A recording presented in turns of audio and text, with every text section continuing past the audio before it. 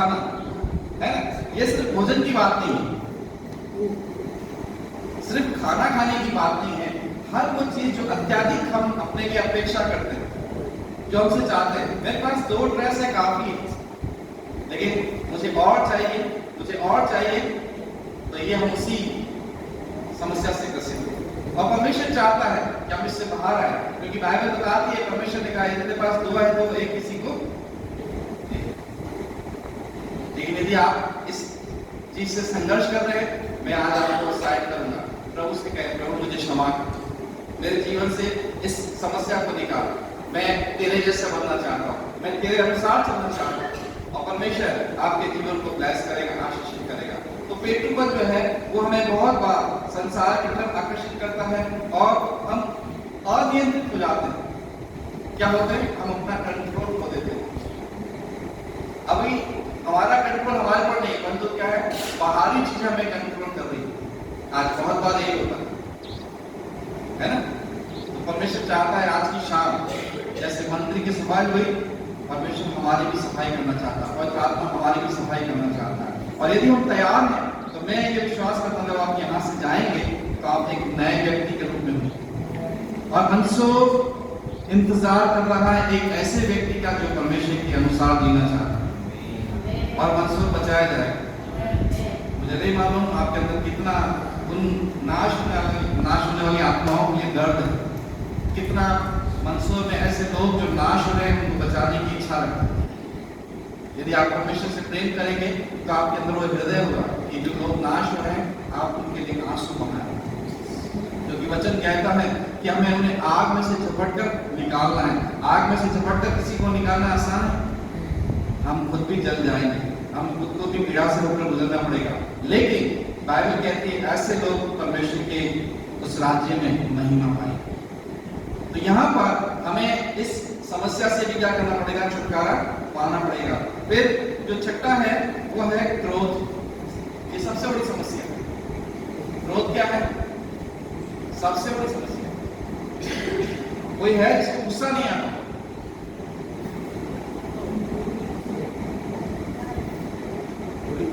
कोई, सबको गुस्सा आता।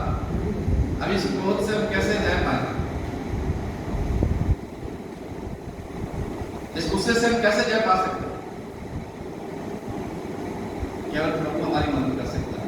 प्रभु से कहें, प्रभु मेरे जीवन से इस गुस्से को निकालो। जब परिस्थिति आती है, प्रभु यीशु मसीह को स्मरण करें, जब वो क्रूस के ऊपर था, वो बदला ले सकता था, वो उतर सकता था, लेकिन उसने वहां पर क्या किया, अपने क्रोध को शांत किया और उसने कहा, हे पिता ने क्षमा कर, जब ये नहीं जानते ये क्या कर।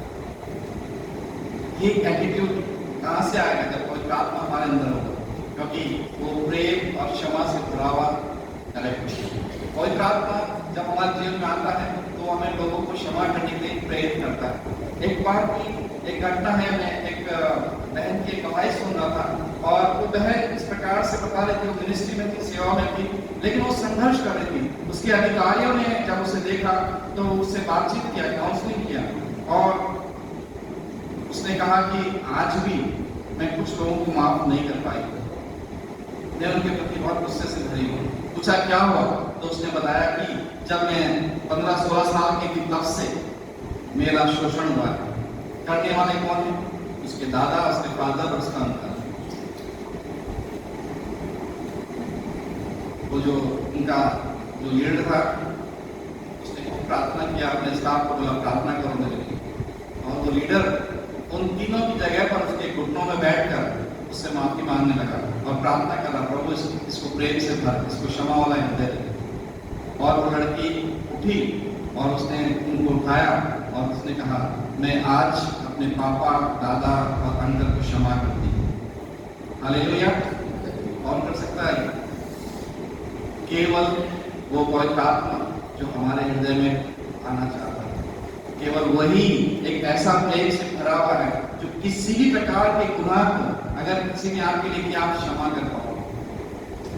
और कई बार परमेश्वर की महिमा हमारे जीवन से इसी कारण होती रहती है क्योंकि हमारे अंदर गुस्सा है, हम बहुत जल्दी क्रोध में प्रकट हो जाते हैं। बहुत बार मैं कई बार देखता हूँ पास्टर्स लोग भी जब प्रचार कर रहे होते हैं उपस्थित होकर प्रचार कर रहे थे।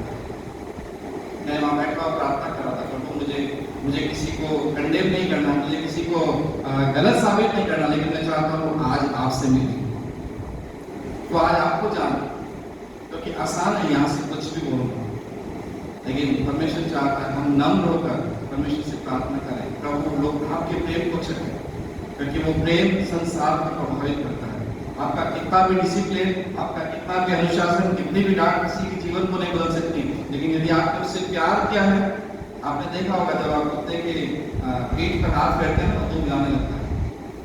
कितना भी भयानक जानवर हो, यदि आपने उसके ऊपर ऐसे हाथ फेर दिया तो वो आपके प्रति क्या हो जाएगा, कृतज्ञ हो जाएगा। और परमेश्वर चाहता है कि आप उस क्रोध को निकाल कर अपने हृदय में परमेश्वर के प्रेम और क्षमा करने वाले स्वभाव को मानो, वो परमेश्वर को हमको देता है। और आखिरी बात जो है वो है आलस्य। क्या है ये? है जीवन में हर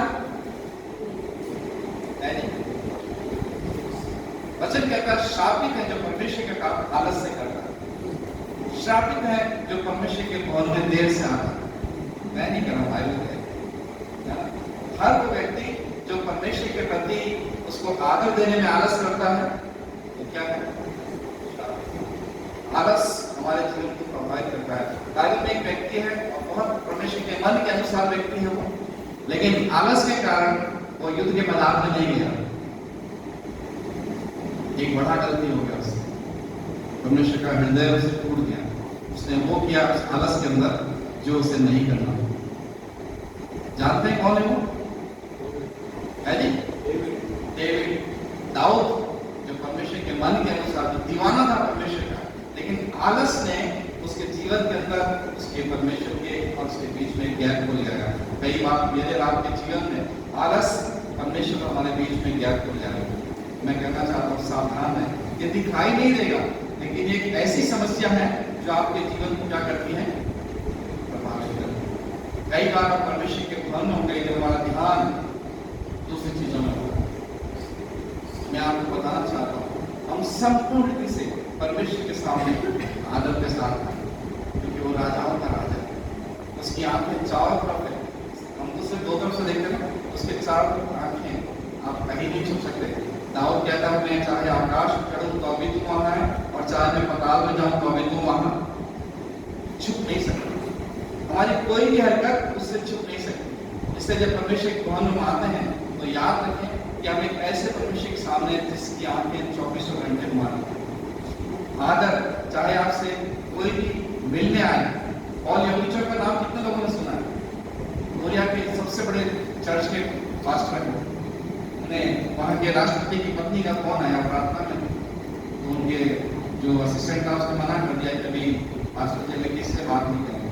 जब वो दुआ से प्रार्थना से उठे तो उनकी पत्नी ने उनको कॉल करा राष्ट्रपति की, मैं आपसे कॉल लगा रही हूँ, आप कॉल अटेंड नहीं कर। उसने कहा मैं आप तो एक देश के राष्ट्रपति की पत्नी है, मैं राष्ट्रपति उनके राष्ट्रपति से बात कर रहा था। हालेलुया। जब हम परमेश्वर को आदर देते हैं तो परमेश्वर में आदर देता है। परमेश्वर के भवन में बैठ कर भी कई बार हमारा ध्यान बाहर की तरफ, बाहर किसी ने आवाज हम चले जाते हैं, हम किसका आदर कर रहे हैं? परमेश्वर। तो यही सब चीजें हैं जो हमारे हृदय रूपी मंदिर के अंदर है, जिसे परमेश्वर शुद्ध करना चाहता है, और वही आज का दिन है शुद्धिकरण का। यदि आप चाहते हैं आपका जीवन को परमेश्वर शुद्ध करें तो अपने आप को सरेंडर करें। हमने 7 बातों को देखा, क्या क्या देखा है?